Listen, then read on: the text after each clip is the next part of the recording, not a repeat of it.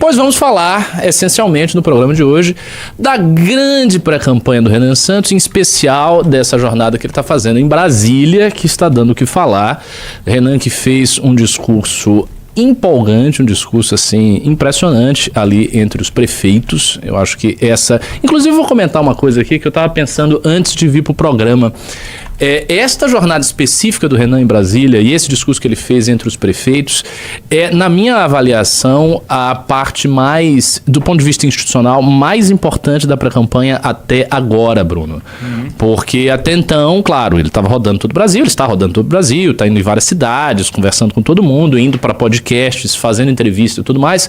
Só que desta vez em Brasília, ele teve a oportunidade de conhecer realmente toda a máquina dos municípios, todos os prefeitos, que é a parte, assim, é o pilar do Pacto Federativo Brasileiro. E eu acho que ele ter essa oportunidade e ver como as pessoas o trataram e ver o tipo de discurso que ele fez é um marco dentro da pré-campanha dele. Vamos reagir. Tem o Orlando, meu amigo, fez um tweet falando do Renan e a gente está vendo ele com os prefeitos. Vamos dar uma olhada nesse tweet, esse tweet do meu querido Orlando Lima. Vamos ver aí, nosso pré-candidato. Aí,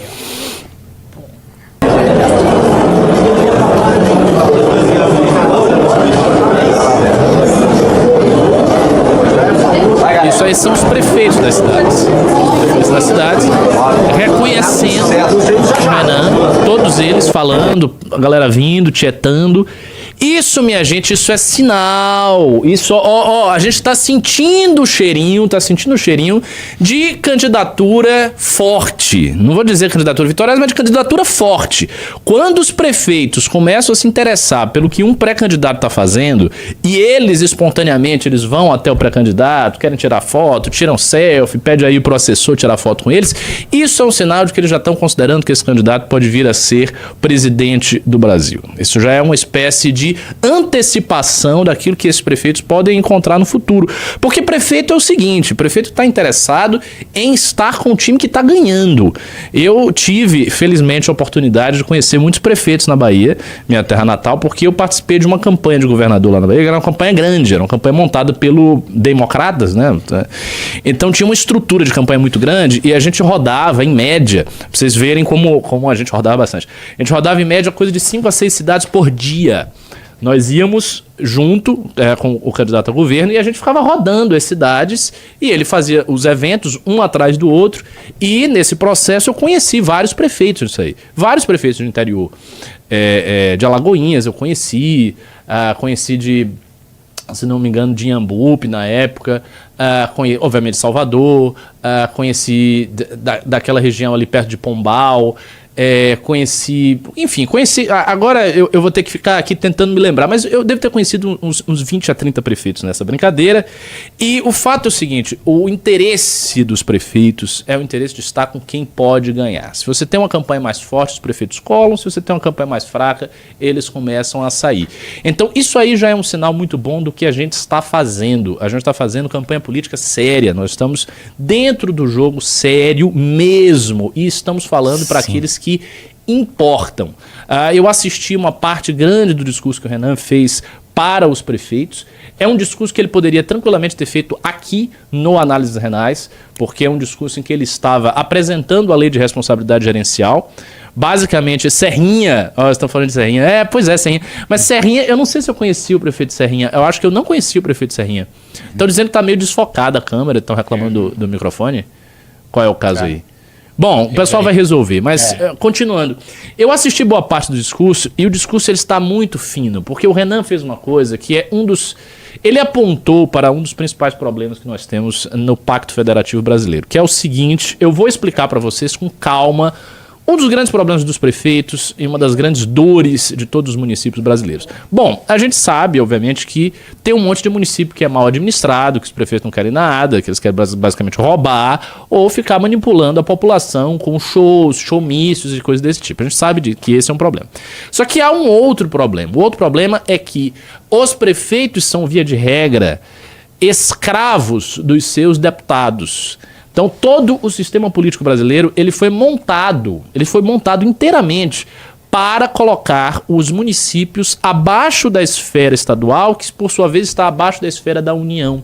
Então você tem um tipo de repasse de dinheiro, de tributo, que esvazia a força dos municípios e fortalece muito o Estado e fortalece mais ainda a União no repasse. E esse repasse de grana, ele acontece substancialmente via fundos municipais, né, o FPM, e via emendas parlamentares. Então você tem uma galera que é prefeito que está simplesmente na mão dos deputados. E essas pessoas, elas são carimbadores de emendas de deputados. Então você tem um deputado que domina uma determinada região. Então o cara lá tem um domínio sobre uma região X aqui de São Paulo, uma região X da Bahia. E esse deputado que domina essa região tem os prefeitos dele, que são como que empregados dele, e que esses caras, assim, eles só se elegem porque os deputados bancam as eleições via emendas.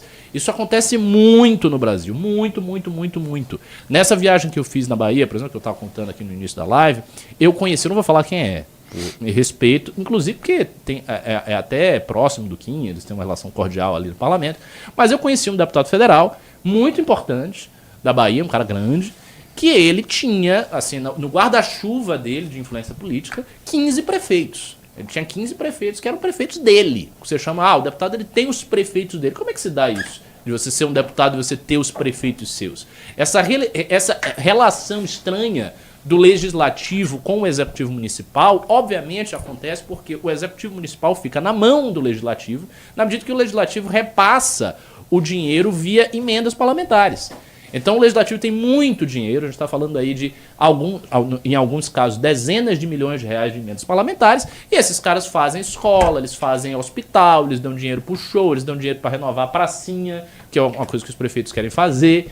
Então eles ficam ali dando grana para o prefeito, após que o prefeito ele fica escravo desses deputados, e obviamente ele tem que conduzir a população inteira da cidade a votar no deputado. Então este é um dos problemas principais do sistema político brasileiro. O sistema político brasileiro funciona como se fosse uma pirâmide. É literalmente uma pirâmide. Você tem na base lideranças municipais que têm um apelo real com a população brasileira. Então são pastores, líderes de bairro, pessoas de associação, pessoas que têm respeito e prestígio na comunidade. Estes caras têm um voto direto, eles levam aí, sei lá, 300 votos, 500 votos, 600 votos. Aí reúne um monte desses líderes de comunidade. Esses caras têm força de eleger um prefeito, especialmente em cidade do interior. O Brasil é um país que tem 4 mil, eu creio que seja coisa de 4 mil municípios com menos de 10 mil pessoas ou de 20 mil pessoas. O corte é muito baixo. Boa parte dos municípios, o operador ele vai procurar a estatística, boa parte dos municípios brasileiros tem menos de 15 mil habitantes, menos de 20 mil habitantes. É uma quantidade grande. E esses municípios, portanto, isso sem falar que, assim, em geral são municípios que têm uma região pequena ali no meio da cidade, que é mais urbanizada, e todo um entorno que é rural. Esta região, estes municípios, eles se baseiam em relações políticas que são relações quase pessoais, relações que a gente pode até qualificar de pré-modernas, que não tem nada a ver com o Estado republicano, liberal, modernizado, da gestão e blá blá blá. Esse Estado aí dos sapatênis, do Partido Novo, não é isso. É um Estado muito arcaico, cujas relações políticas são relações inteiramente pessoais, em que você define aí lealdade pelo vínculo com aquele grupo, e estes vínculos são mediados por essas figuras que são figuras da comunidade.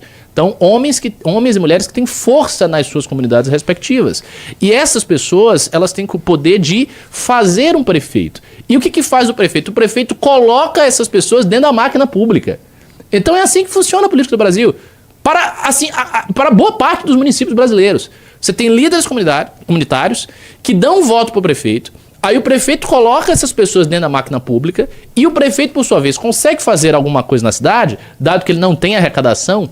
Nessas cidades o IPTU é muito pequeno, os tributos municipais não conseguem suprir o que o município precisa, e assim, em geral, são municípios sem atividade econômica expressiva. Então eles não têm grandes atividades econômicas, não tem uma fábrica, não tem uma loja grande e tal. E qual é a atividade ali? A atividade é receber os repasses que são dados pela União, e a atividade econômica é receber os repasses que são dados pelo deputado federal e pelo deputado estadual, que tem autoridade dentro daquele espaço ali. E é isso que eles fazem. E aí gera-se essa pirâmide, esse maquinário estranho na política brasileira, que consiste em líderes comunitários elegendo prefeitos, prefeitos colocando líderes comunitários dentro da máquina pública, deputados federais e deputados estaduais, mas especialmente federais, repassando emendas para os prefeitos, e os prefeitos, portanto, levando a cidade a votar naqueles caras via os seus líderes comunitários. Então, o líder comunitário que elege um prefeito, por exemplo, vai eleger o prefeito, sei lá, de São José dos Campos, não, que é uma cidade fuleira aqui do interior de São Paulo. Vocês que conhecem bem o estado de São Paulo, cita aí uma cidade pobre do interior de São Paulo. Pô, vocês não sabem a cidade do interior de São Paulo? Bom, vou falar da Bahia. Fala da Bahia que eu conheço mais. Então, você pega lá uma cidade como, sei lá, Ribeira do Pombal, uma cidade ok, arrumadinha, mas uma cidade simples. Aí você pega Ribeira do Pombal, ou pega outra, pega uma cidade chamada Retirolândia. Existe uma cidade chamada Retirolândia na Bahia. Aí você pega Retirolândia. Como é que funciona a Retirolândia? Retirolândia é o seguinte, você tem lá pouquíssimas atividades econômicas, praticamente não há nada na cidade, e você tem os líderes comunitários da cidade. Esses líderes comunitários, eles são empregados na prefeitura, e a cidade recebe repasses via emendas parlamentares. Então a cidade tem um deputado que garante esta relação.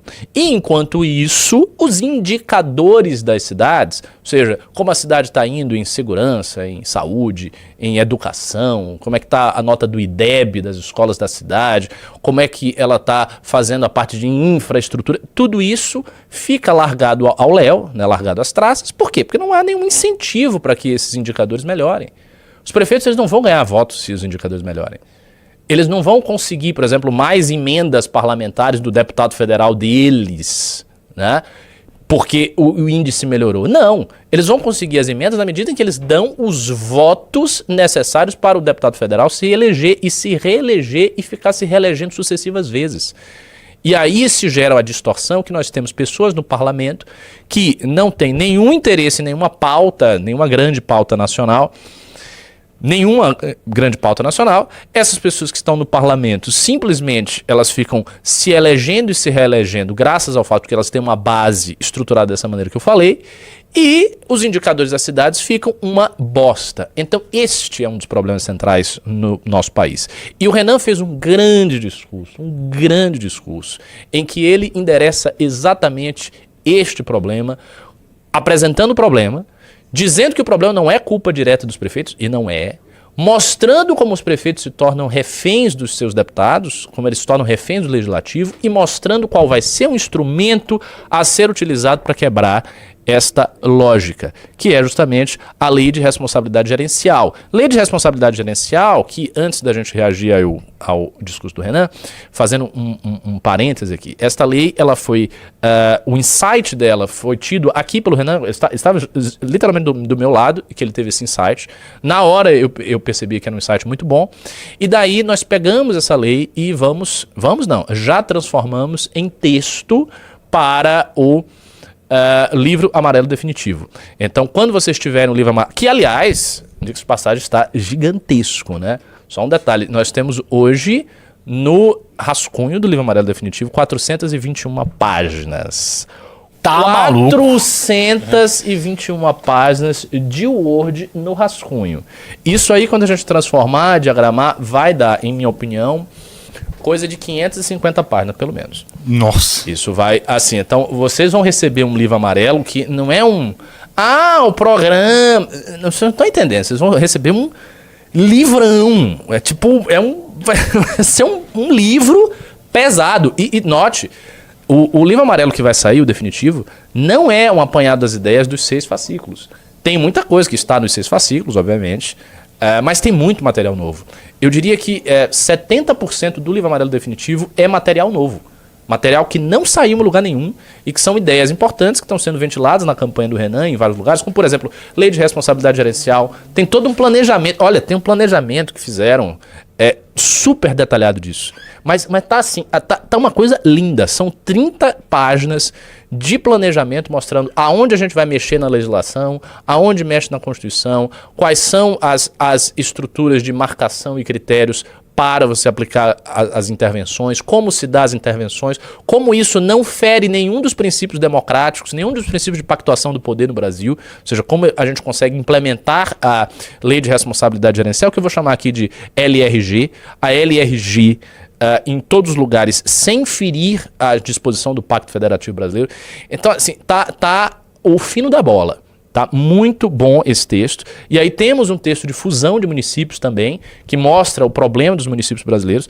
Problema que surge ali, que, na verdade, que se intensifica nas últimas décadas no Brasil. Então você tem, por exemplo, uma explosão de emancipações de municípios nos últimos tempos e uma falta de critério firme para isso. Recentemente houve uma emenda constitucional que veio com o objetivo de fazer isso, mas nós carecemos ainda de uma lei complementar para disciplinar a questão da fusão dos municípios. Só que existe um estudo que foi feito pela Universidade Federal da Paraíba, com 2 estudiosos sérios lá da Universidade Federal da Paraíba, que a gente utilizou como modelo para pensar a fusão de município para o Brasil em geral. E eles trazem alguns critérios. Por exemplo, municípios conurbados, né, que tá um do lado do outro, que não tem uma diferença muito grande, eles poderiam ser sintetizados numa administração só. Municípios que tem um município muito pequenininho, a parte mesmo populacional, e o território gigantesco, como por exemplo Altamira no Pará. Em alguns casos você pode transferir a administração para outro lugar ou até dividir o município, fazer mais de um município.